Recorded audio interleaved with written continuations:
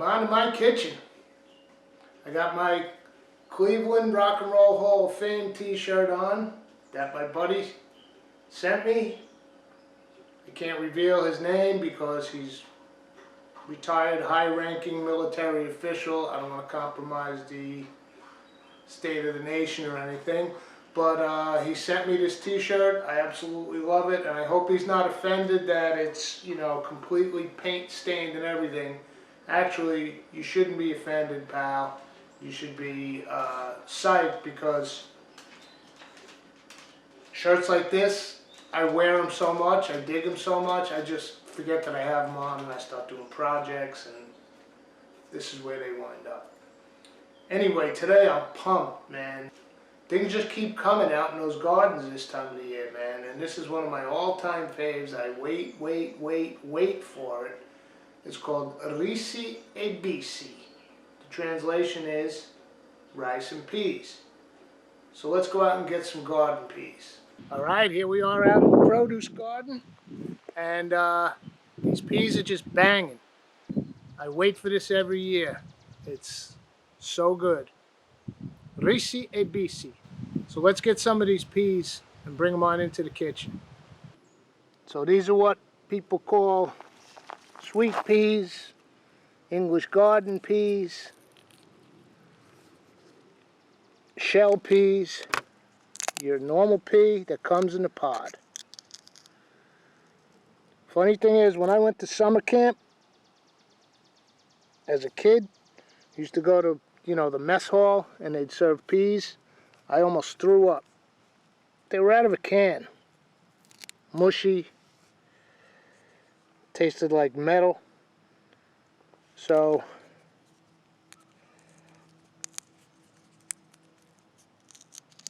look at those things. Come on. Alright, here we are in the living room. We're just going to start shelling these peas. Okay? Snap them open. I got a bowl for the peas. And a bowl for my pods. And don't for a second think these pods are going to go to waste. In years past, they would have gone straight to the compost heap. But I'm going to hack those up real fine with a cleaver and feed them to those chickens. They're going to love them. Alright, I'll do the rest of these peas, and then I'll see you at the counter with the rest of the ingredients. I'm going to use a little bit of shallot. Of course, the garlic scapes, if you saw episode 022. These things are all the rage in my yard right now. Here's those peas we just picked and shucked. Ain't getting fresher than that. Arborio rice. Some unsalted butter. I've got a little pancetta. I've got some white wine, that's Pinot Grigio. My cheese to finish, you could use Parmigiano Reggiano, you could use Locatelli, you could use anything you like. This is Grana Padano, because that's what I have in the house. And a nice chicken stock. This was not a big brown chicken stock with onion and carrot and tomato and leek and all that. I buy chicken, either breast or thigh, for the dog, and I sometimes bake it, but sometimes I boil it. So this is just the water from boiling, probably some skinless, boneless breast. So I marked it chicken stock light, and I think it's perfect for this. Because you don't want to overdo it. We want to taste these peas, man. There's nothing fresher than that. Alright, let's get to the stove, but first, I lied. It's not arborio rice. Nothing wrong with arborio, I use it. But for risottos, you want to go to the moon, carnaroli. Okay, that's what we actually have here. I was just fooling you with the arborio. So here's our ingredients. Let's bring them to the stove. All right, got everything ready.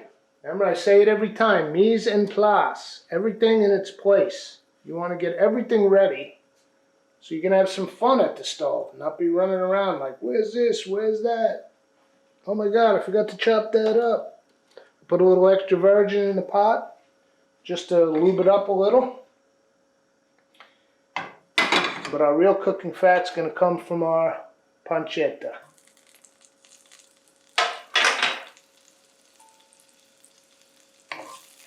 We'll render that off a little in this olive oil.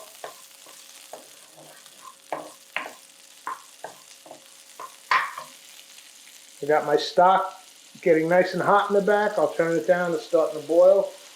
But when it's time to add the stock, you want it to be nice and hot for that rice.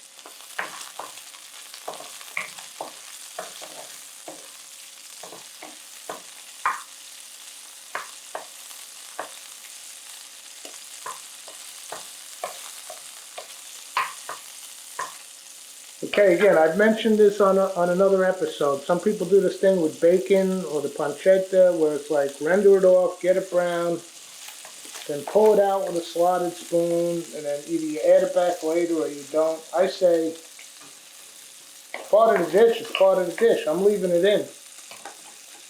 So let's add our aromatics.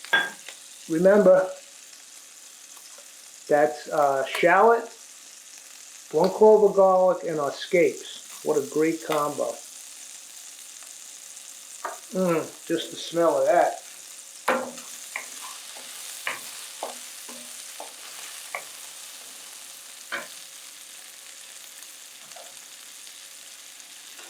I'm going to take half of this butter. I'll put the other half in at the end.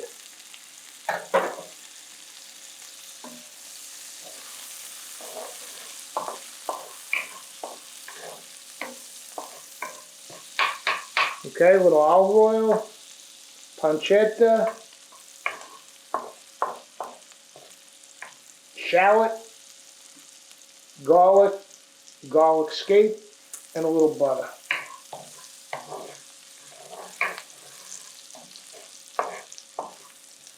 Traditionally in a risotto you use onion or shallot, but with that triple combo, shallot, garlic, scape, I mean, I think it's a no-brainer. Right, that's getting toasty. Let's add our rice. It's nice and hot. Now you want to toast the rice. Get it all covered with oil, fat. You'll see it starts to change color.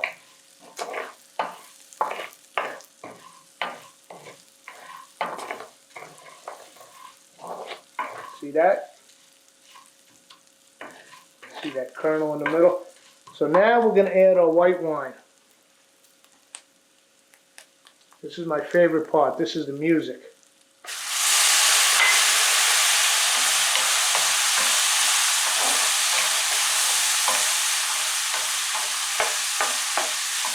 Everybody's dancing.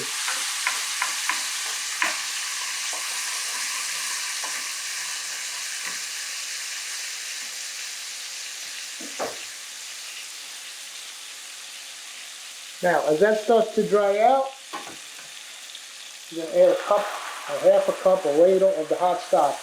And what I'm going to do, I'm going to add my peas now. Some people would have these parboiled and then add them sort of at the end. But the dish is called rice and peas, man. I'm just cooking them in with the rice.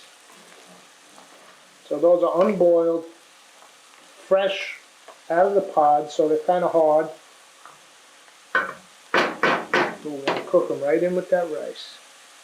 So now as that absorbs the liquid, we're going to add more.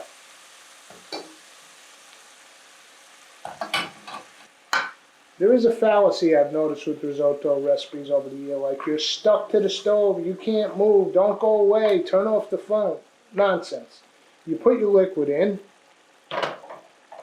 you can adjust your heat, and you just want that rice to absorb it. It knows what to do. You don't have to stand there.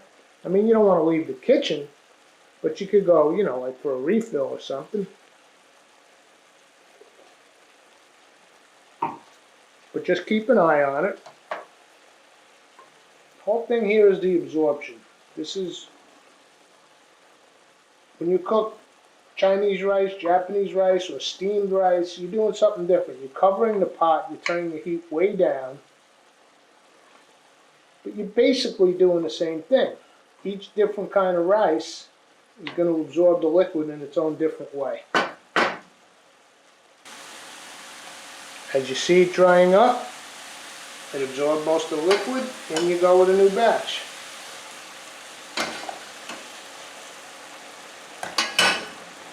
And so on until your rice is cooked. And just like with pasta, you're going to want to check your rice to the tooth.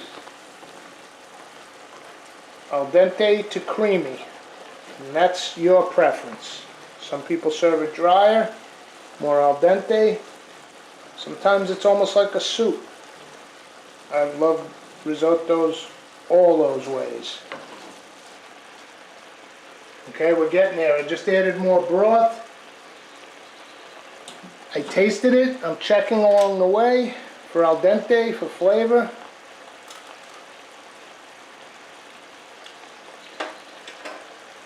Rice has a little more way to go. Flavor is unbelievable. So now we can start to season a little bit. A little salt. Not too much. That pancetta is salty. Some cracked black pepper. This lemon's talking to me. I'm just going to go with a little bit of the rind.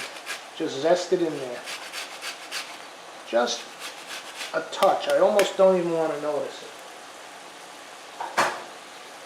But I want it to notice me. Oh yeah, I can smell that. Unbelievable. I'm still trying to decide how wet or dry I want it when it's completely done. And again, it's arbitrary. Both styles are good. Totally up to you. Sometimes I like to cook it nice and dry and sort of mold it. Put it in a little, like Chinese soup bowl and flip it over on a plate. You get a nice little mound. You can surround it with a protein, shrimp or something like that. But sometimes, I think especially with the Risi e Bisi, more so, this is technically not a risotto. It's its own dish. This can get away with being a little soupy.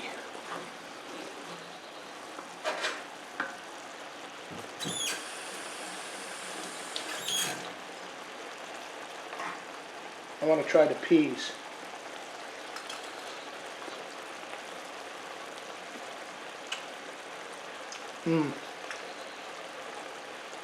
Peas are getting cooked. Rice is getting al dente, but creamy. And I got a little chunk of that pancetta in that bite. Beautiful.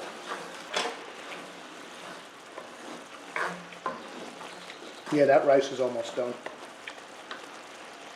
Pancetta notwithstanding, I'm going with just a few more grains of salt, just a pinch.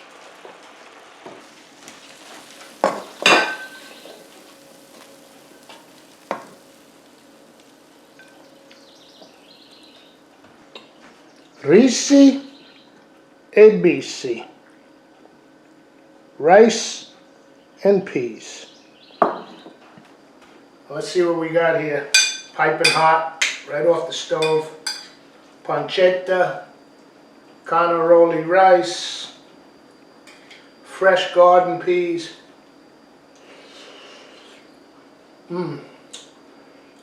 Hot.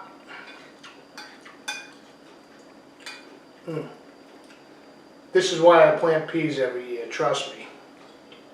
Just for this one dish. Unbelievable. Fresh peas. Thanks for coming to my kitchen. Pinot Grigio with this, I'm in heaven. We'll see you for the next episode.